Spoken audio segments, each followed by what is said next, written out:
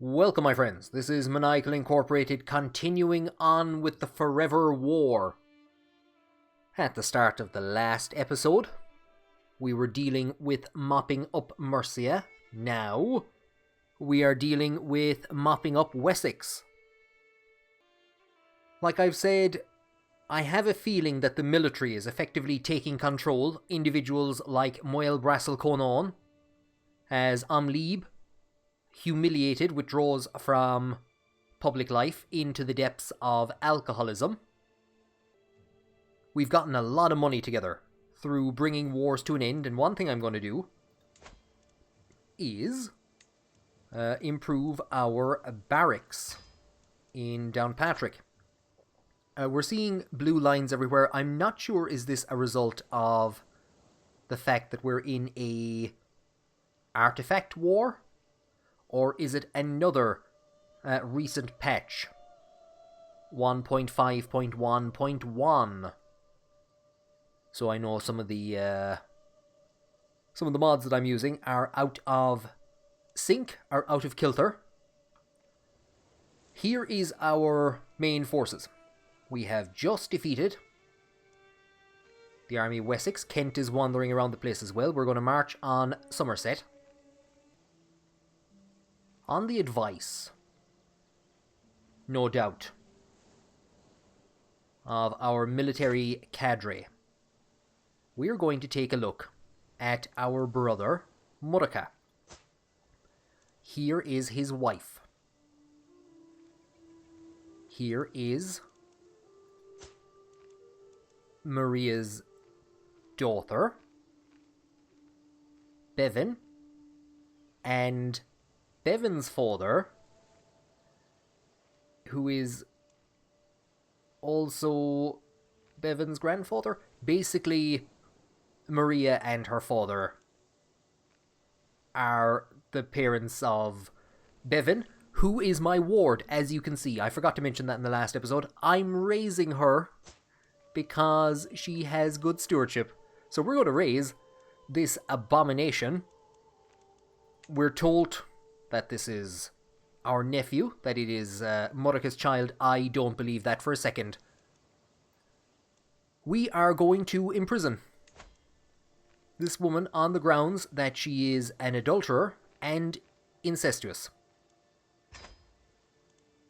Let's see if we can still actually go to the window. We can't. Oh no, I'm in the wrong place. If we request a divorce, the Pope will not give a divorce. -12. There's nothing wrong with a bit of incest, says the Pope. Well, there's more than one way to end a marriage. Maria has been locked in our dungeon before the military cadre has time to tell us anything. We see Wessex retreating, but to the north we have actually just seen, there it is, Kent's army going back in. So we're going to try and keep hitting these armies as much as we possibly can. And we've actually got them early, and it's predominantly our own force that's gone in. Laura, one of the few crusading knights left to us, has been wounded. Martha has changed her focus of study. This is another one of our wards, our daughter. She also wants to delve into the art of stewardship. I actually thought she was always down that route anyway. Well, there you go. So the fact that we are bringing her up would indicate that we have her as a steward. Ferrant has been slain by an earl. No, it's not. It's not one of the people that I was thinking. Ferrant, another one of the Crusaders. Well, that is absolutely terrible. That really does break my heart. Ferrant had been appointed as our executioner. We promised him absolution. We promised him that God would forgive him his sins of cannibalism. No doubt this has created a bizarre scenario within the military council that is now running the Kingdom of Ireland. Ferrant would have been equal to Moel Brassel Conan, and undoubtedly MBC, is now the true and absolute power behind the throne of Ireland. Ferrant was one of only 2 knights to get a kill in the Holy Land when we went on that crusade. Ferrant was also helping us to keep our dread up in the role of court executioner, and I was planning on starting some executions to keep that dread up even higher. I'm not too sure what we're going to do now. That's why we arrested our sister-in-law. If we take a look, Brassel Conon with 30 kills. He's probably down around the bottom, poor man. Ferrant, we also lost, one of our allies lost a knight. We've overwhelming numbers. We nearly had more knights than they had troops. And still, the divils. The absolute divils. Here is one of our courtiers who joined, probably along with one of her 2 daughters, Una, our ex-wife, who is now the court jester and insane, and Peggy of Scotland, who we recruited from our wife's court, briefly reigned as Queen of Scotland. We married her to one of our brothers. So this woman has been in the court for a while. I did think about marrying her off to somebody just to get knights to join the court, but I've left her alone. I can imagine why she's angry, but it's very calming. We're being told that one of our vassals, a mayor, no doubt in Wales, is wounded. There's not much we can do. The amount of courtiers that this war will have claimed, the amount of knights that this war will have claimed.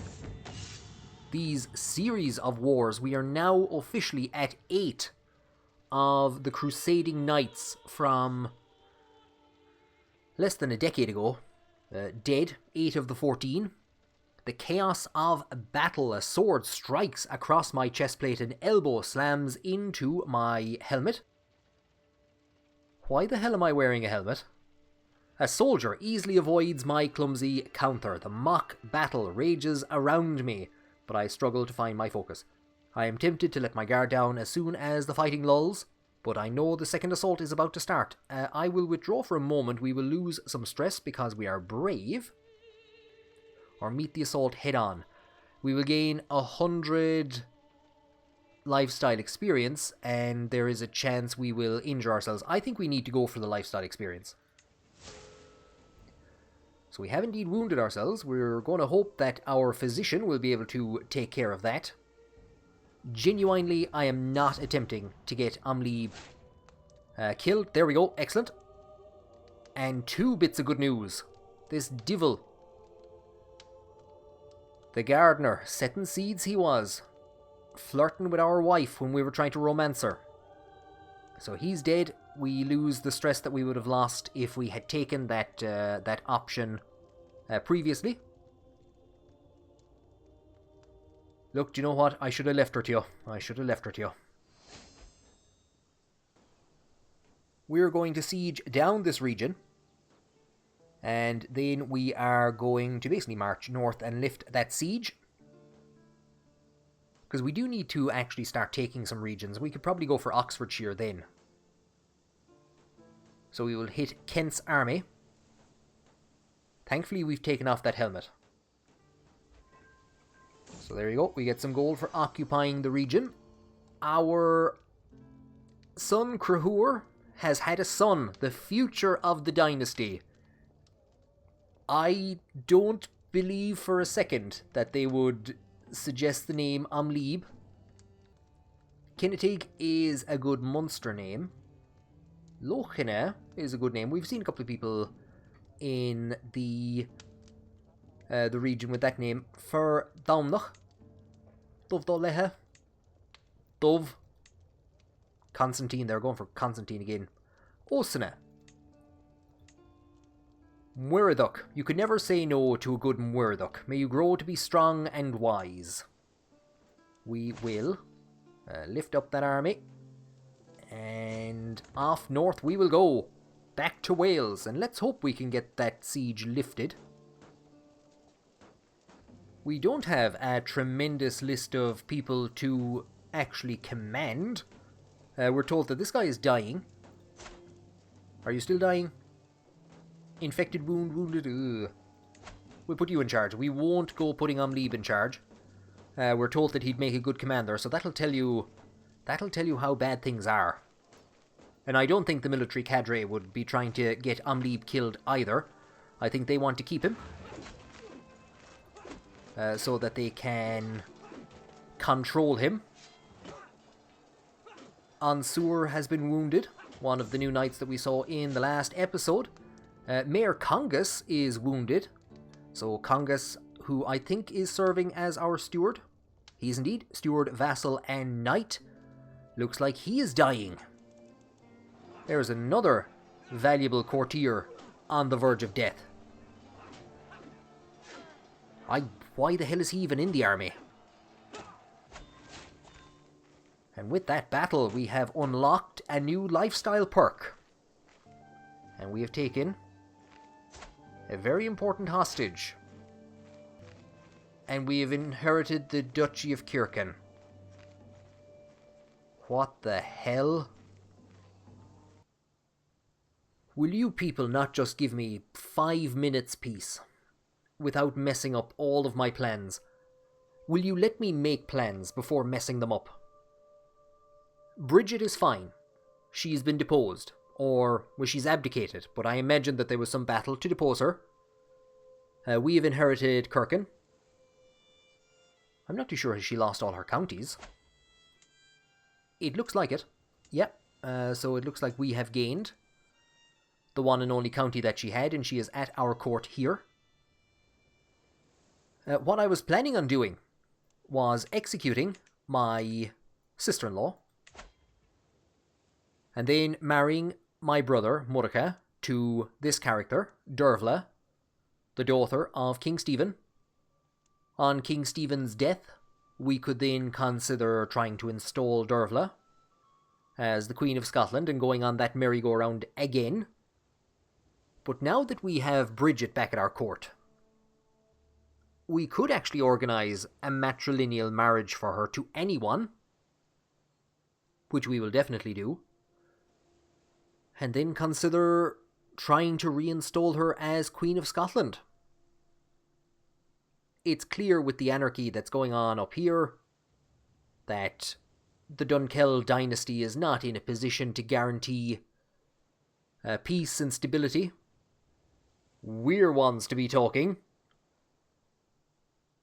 We haven't even brought this war in Wessex to an end. We're going to bring the war in Wessex to an end, and then the military council will... Umleab will decide. Umleab will decide on the next course of action. Here's that lifestyle perk that we got wounded for. Very easy choice. Increase control in county. Progress gain plus 20%. I was going to march the troops back into Oxfordshire. There's no need. There's a place right next door to us, and we will just check. Brazil Conon is indeed increasing control in Ossory. We haven't even gotten a chance to check who this strong faction, or this rebellion, or potential rebellion against us could be, when we are told that there are troubles at the tournament. Orthicon is here, as always, being an insufferable lout.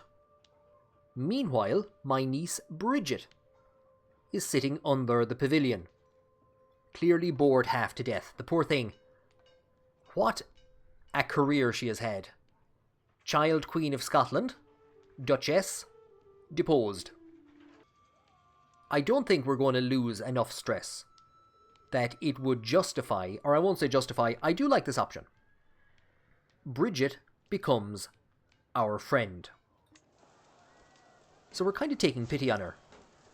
And we might be susceptible to the idea of trying to install her. The Jarl of Iceland has died of old age, and if we check very quickly, there is his son and successor, 5 years of age, and his heir at the moment is the Duke of Wessex. Could they potentially form an alliance? I'm not too sure. However, the good news is that the new Jarl's forces have fallen to 2,600. They were at 4,000 under his father. That army never hit Ireland. I think 3,800 was the max that they ever deployed to Ireland. Our daughter Creanach has come of age. I'm not too sure who was educating her, but she is an absolutely tremendous steward, just like her father. We of course married her off to the Duke of Upper Burgundy, I believe.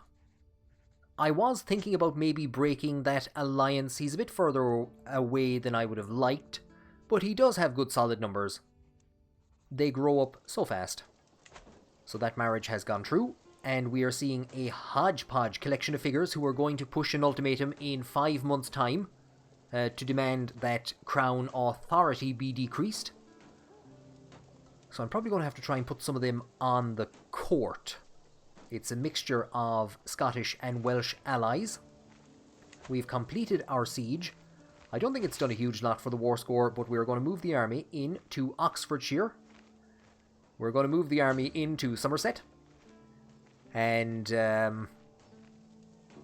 yeah, we're going to have to see about maybe handing out some court positions. No doubt it will be Muel Brazil Conan himself who will make the suggestion that he should be replaced as Marshal. Marshal is an important position within the kingdom, but as our personal champion, always in our presence, guarding us, advising us. Muel Brazil knows that he is in a powerful position. He's also making money from that position and not from Marshal. So we're going to replace him with a slightly better character who is one of the powerful figures that is arrayed against us. So hopefully that will knock him out, because I think if that was to knock him out, we would see most of the faction fall apart. So he's gone up to 40. I'd say he's probably the largest. There is a slightly larger army, but beyond that then,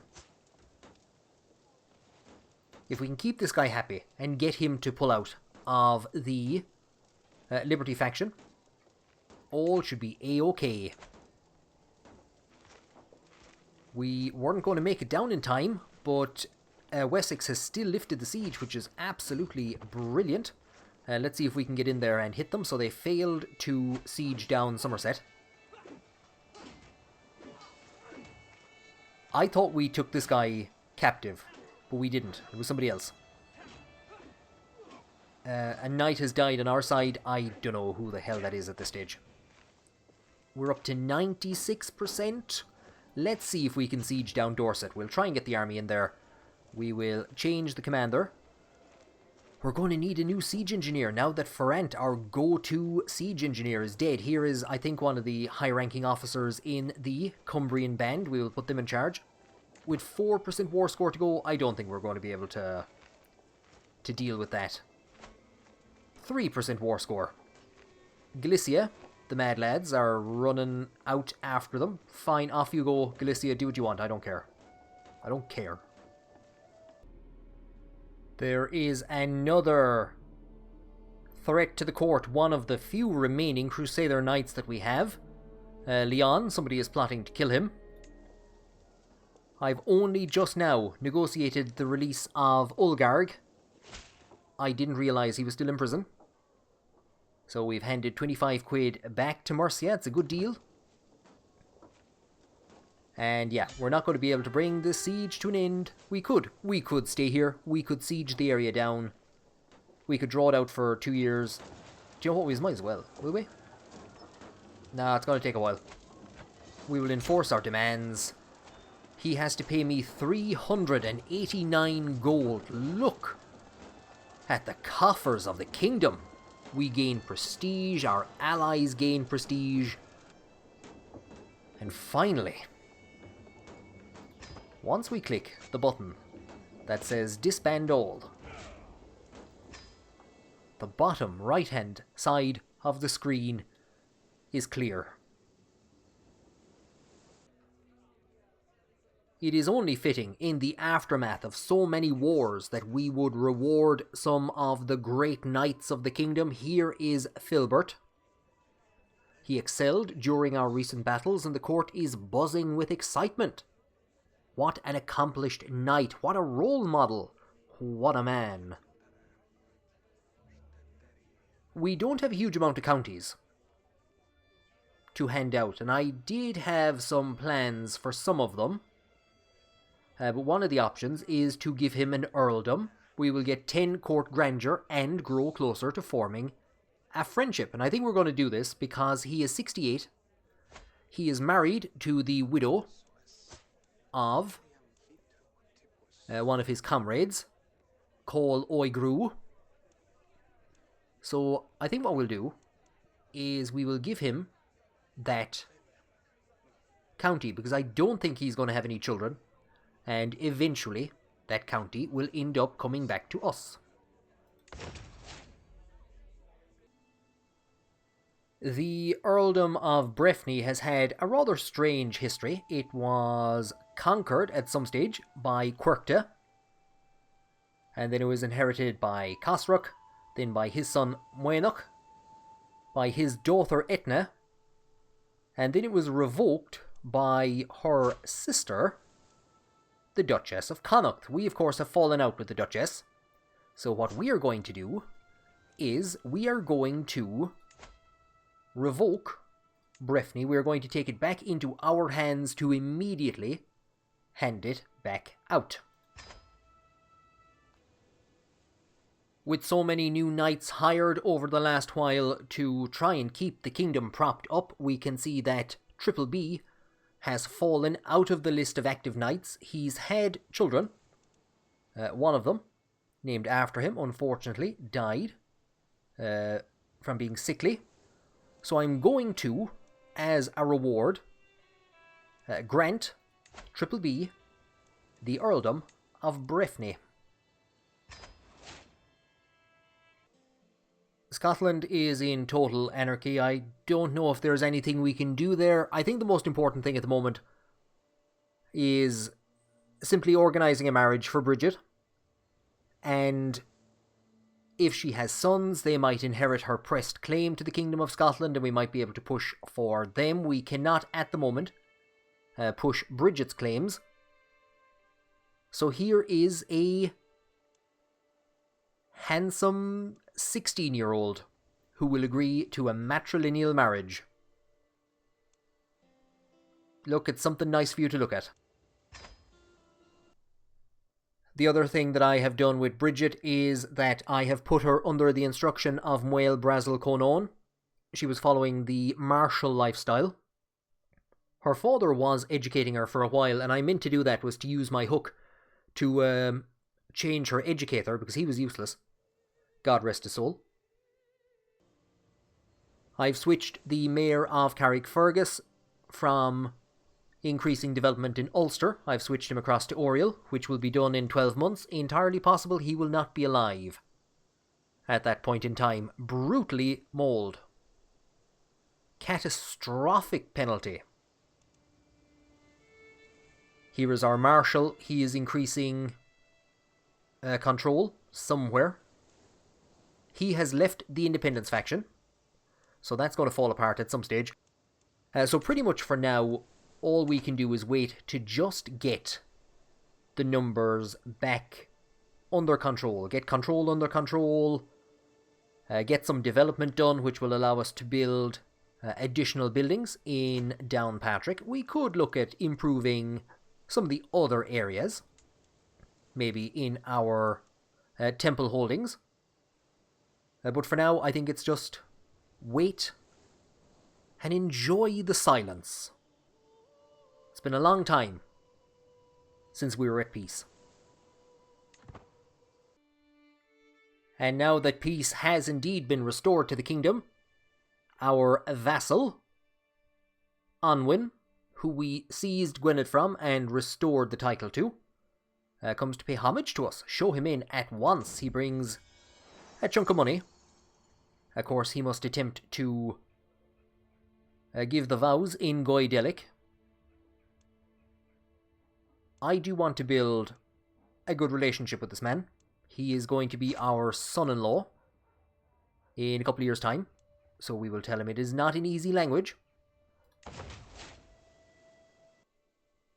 And speaking of Goidelic not being an easy language, it's something I noticed in the last episode and I forgot to mention, is that Croatia has abandoned the Goidelic language and has adopted Serbo-Croatian. At one stage there were 4 kingdoms speaking Goidelic.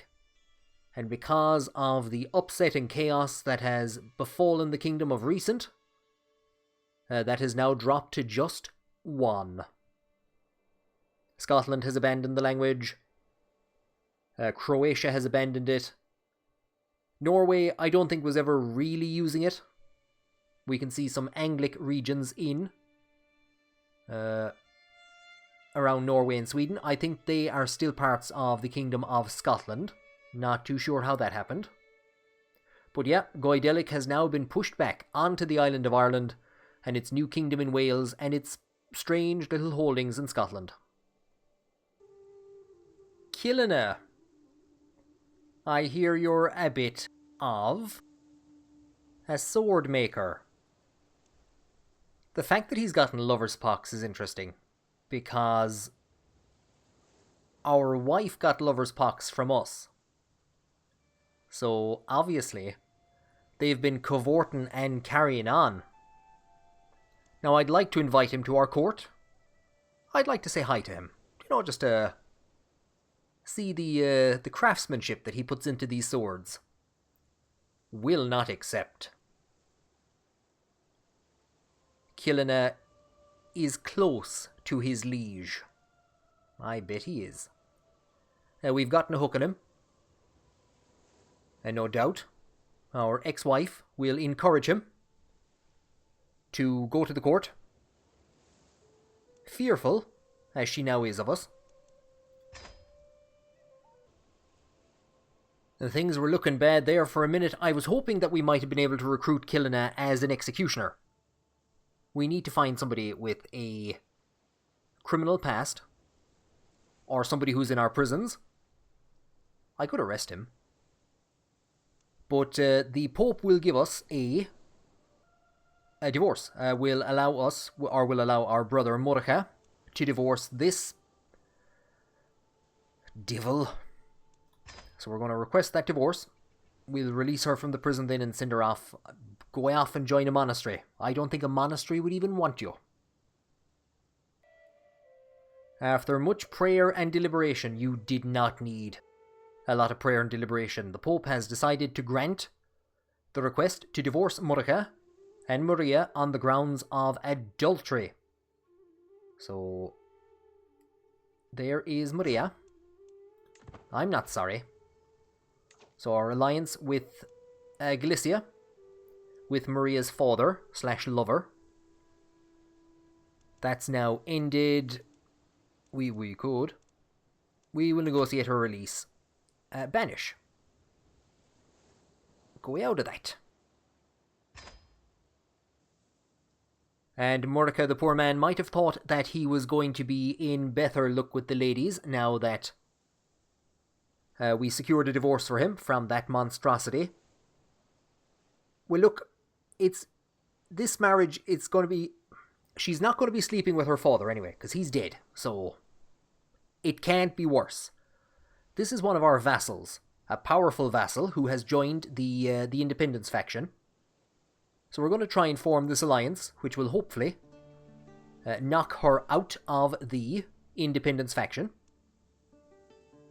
And possibly put a member of the Dál Fiatach in control of Gwent. Like all the other plans and dreams that we had for putting members of the Dál Fiatach on various thrones. Look how well they went. Yeah, look at them. Do you know what? Why don't we put Killina as our antiquarian? I mean, he's good aptitude. Killina. Yeah, let's see the quality of goods that Killina can make. He's not much good for the role, but we will give our son, Cruhur, the role of High Alamoner. He'll get him a couple of bob. Get some monthly piety. Which we do need to keep up, especially as we're getting divorces and things like that. It would be fantastic if we could hit religious icon. Our prestige is actually really high as well. For a humiliated failure, Amlíb is very famous and very holy. And considering all the money that was given to us by the Pope, considering all of the Crusader knights that died to protect the Kingdom of Ireland and the Kingdom of Wales, I think it would only make sense that we would undertake a pilgrimage. And it would only make sense that we would return to where a lot of this disaster began. It's part pilgrimage and part strategic debrief. We will return to Jerusalem.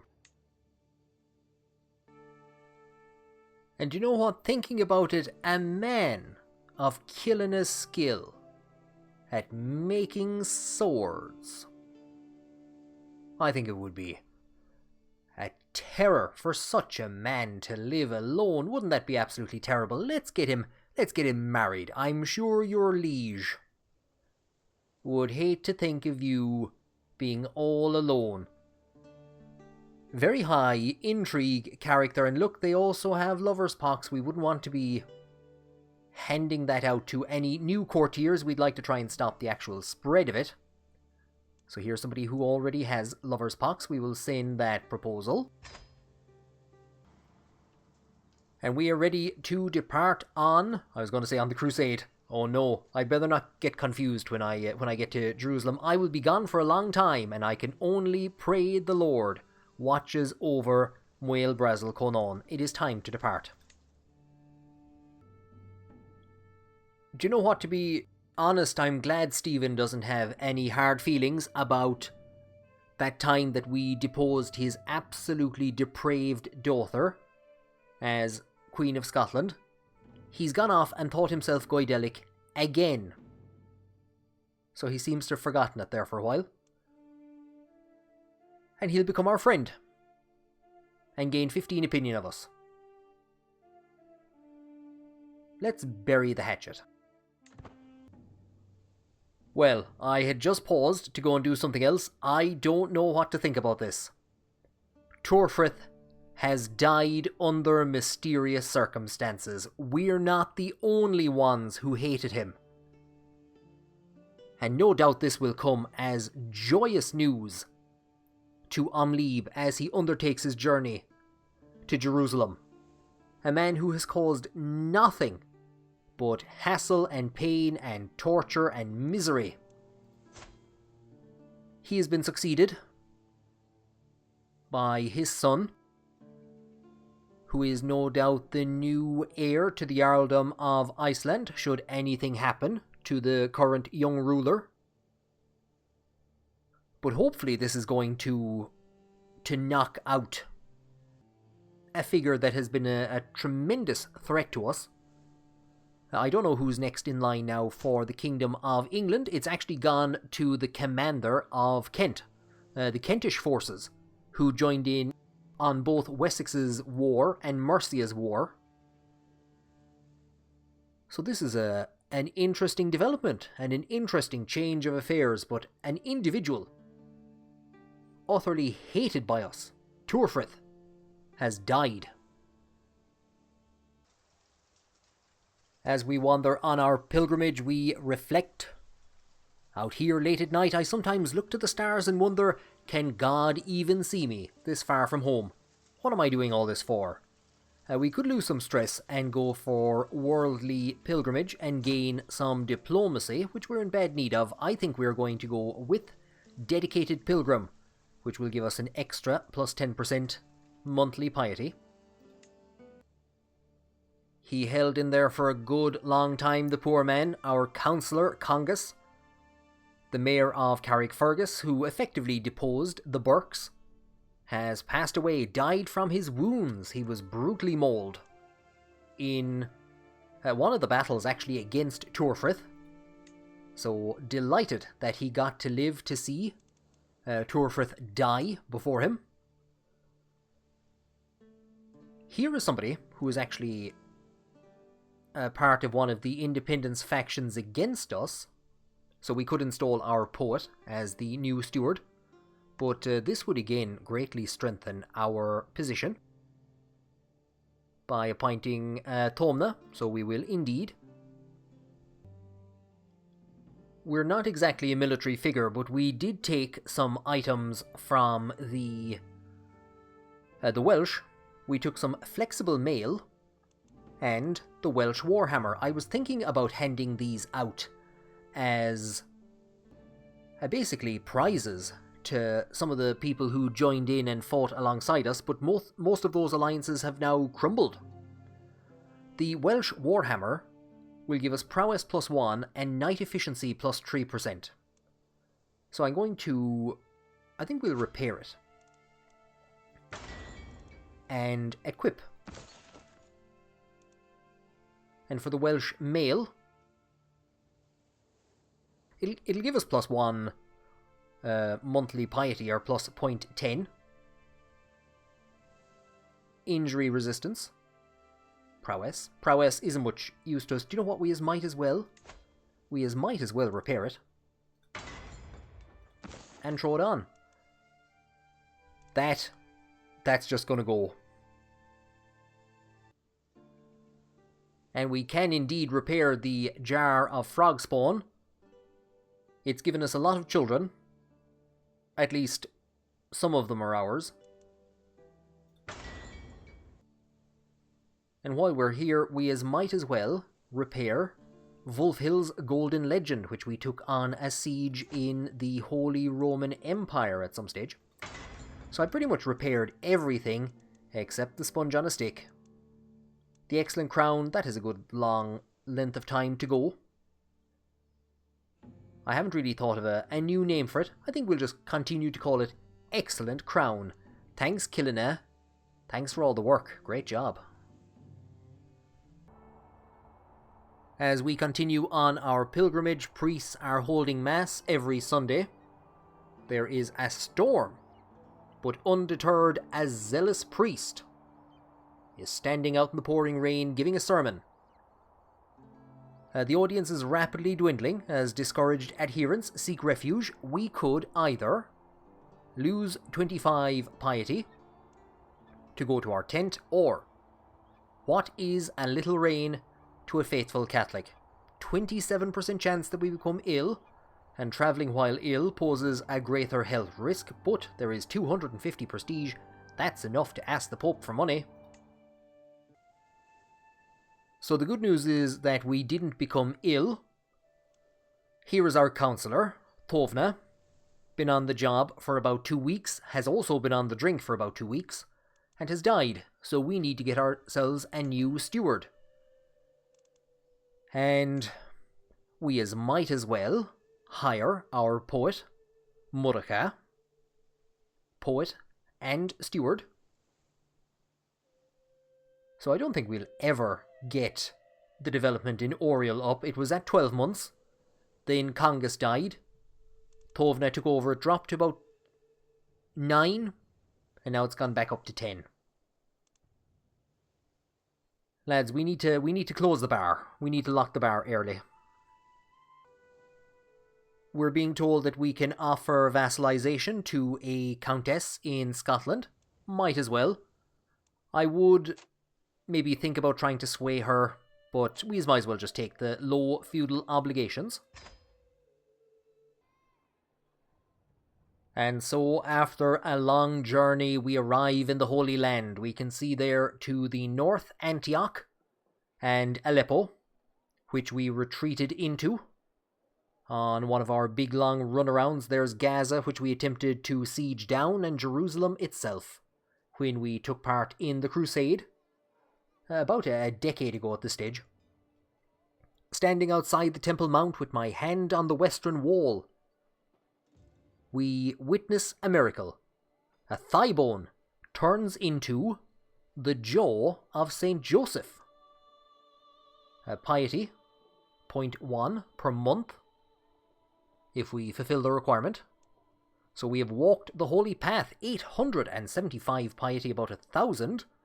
On this journey, we gain the trait Pilgrim, and we become the owner of St. Joseph's jaw. And we also become a determined Pilgrim. So monthly piety per night.